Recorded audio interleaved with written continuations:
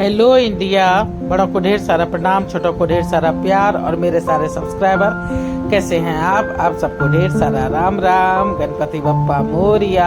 Welcome back to my YouTube channel Simi की diary में आप लोगों का ढेर सारा स्वागत है। दोस्तों, आज मैं एक छोटी सी कहानी, एक मोटिवेशनल कहानी लेके मैं आप लोगों के समक्ष आ रही हूँ और इसका शीर्षक मैंने रखा है सच्चा साथ। तो देखिए कैसा लगता है। सच्चा साथ एक छोटी सी कहानी है। एक शहर में चार दोस्त रहते थे। चारों बचपन से ही साथ में ही पढ़े लिखे थे और बड़े हुए थे। उनके नाम भी काफी मिलते जुलते थे। पहली बार में तो कोई भी जब उनसे मिलता था तो उन्हें भाई ही समझ लेता था। उनके नाम थे अज्जू, बिज्जू, रज्जू और संजू। अज्जू यानी अजय पंडित, बिज्जू यानी विजय चौधरी, रज्जू यानी राजवीर सिंह और संजू यानी संजय चौहान। चारों में काफी दोस्ती थी। संजय चौहान सबसे अमीर था। फैक्ट्री, मिल, बंगलो, ढेरों गाड़ियां, बहुत कुछ था उसके पास। राजवीर के पास ढेरों खेत खलियान थे पर गांव में, जिसे उसके और दूसरे भाई संभालते थे। राजवीर को गांव में रहना पसंद नहीं था, इसलिए पढ़ाई लिखाई करके संजय के साथ ही उसकी फैक्ट्री में काम करने लगा था। विजय चौधरी नेता परिवार से था, सो उसका ज्यादातर वक्त जो है सो रैली में ही बीतता था।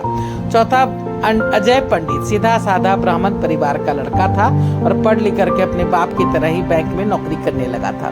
सभी दोस्त आपस में मिलते जुलते, पार्टियां करते, नित्य नई गर्लफ्रेंड बदलते। पर अजय की जिंदगी में बचपन से एक ही लड़की थी, आरती। सीधी सादी, सुशील, शांत, घरेलू, पारिवारिक और संस्कारी लड़की। वो भी ब्राह्मण थी। भाई बापू सब मंदिर में लगे रहते। ठाकुर जी की सेवा से जो भी प्राप्त होता उसी से भरण पोषण होता। उम्र हो चली थी सबों के घर में शादी कर लो की रट लगी थी। तीनों की जिंदगी में ढेरों लड़कियां आई गई थी। अब शादी करे तो करे किससे? सभी अजय को चिढ़ाते, कहते कभी बहन जी को लेके पार्टी में क्यों नहीं आते? अजय बोलता रात में उसका निकलना मना है। सभी उसका मजाक उड़ाते, कहते एक और रख लो बाहर के लिए। वो चिढ़ जाता। अजय को लगता कि मेरे दोस्त अच्छे तो हैं, बस एक यही आदत अच्छी नहीं है।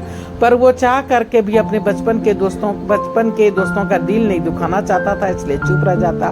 धीरे धीरे सबों की शादी हो गई थी पर वो सुधरे नहीं थे। बाहर उनकी रासलीला जारी थी। अजय लाख समझाता पर वो नहीं सुनते। ऊपर से उसे भी भड़काते रहते वो लोग। ये सती सावित्री का समय अब नहीं रहा। तुम्हारी आरती भी दूध की दूली नहीं है। ये सलवार कुर्ती, ये साड़ी, सर पे पल्लू, अरे महारानी नाटक करती है नाटक। पार्टी में नहीं आना जाना, घंटों पूजा पाठ। देखना जब उसके राज खुलेंगे तो आसमान से नीचे गिर पड़ेगा तू। अजय अब उन लोगों से कम ही मिलता। कभी कभी आरती पे शक भी करने लगता। कभी अचानक ऑफिस से घर आ जाता तो कभी उसका पीछा भी करता। पर आरती अच्छी लड़की थी, कभी कुछ गलत अजय को नहीं लगा था। अब अजय की तबीयत खराब रहने लगी थी। माँ बाप समझाते खुद पर ध्यान दो, पर वो घुटता जा रहा था। दोस्तों की बातें घर कर गई थी कि इस कलयुग में उस जैसी लड़की नहीं मिलती, जरूर कुछ झोल है।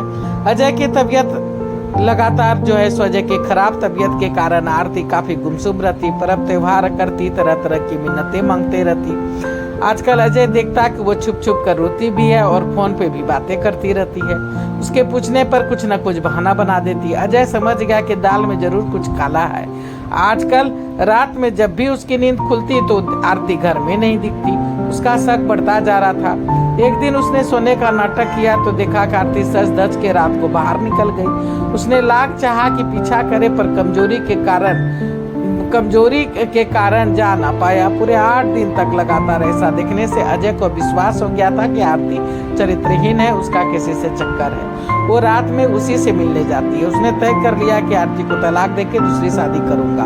उसने आरती से कहा कि मैं सब जान गया हूँ, तुम रोज रात में यार से मिलने जाती हो, मैं तुम्हें तलाक दे दूंगा। आरती बहुत रोई, फिर बोली ठीक है 4 दिन और बर्दाश्त कर लो, फिर मैं अपने घर चली जाऊंगी। चौथे दिन अजय की तबीयत बहुत अच्छी लग रही थी। उसने सोचा कि अब तो आरती को छोड़ना ही है, जरा देखूं तुम किसका यार आखिर है कौन। उसने आरती का पीछा किया, देखा तो वो मंदिर गई और वो हवन जाप पूजा पाठ करने लगी और 2 घंटे के बाद वो घर लौट आई। सवेरे आरती ने कहा कि मैंने कागज पे साइन कर दिया है, अब चलती हूँ।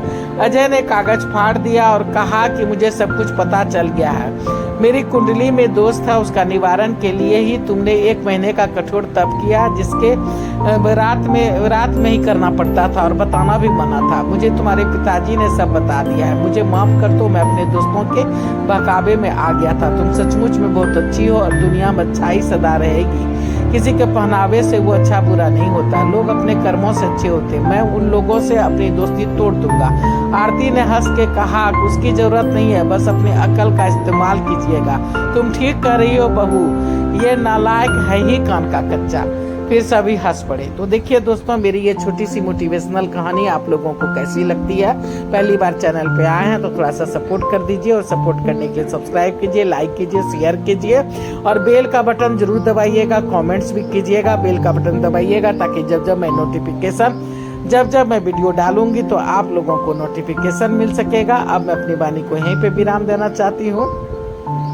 जय भोलेनाथ, हर हर महादेव। और आप लोगों का ढेर सारा थैंक्स मेरी वीडियो को शुरू से अंत तक देखने के लिए, अपना सपोर्ट बनाए रखने के लिए। Thanks for everything. Thank you.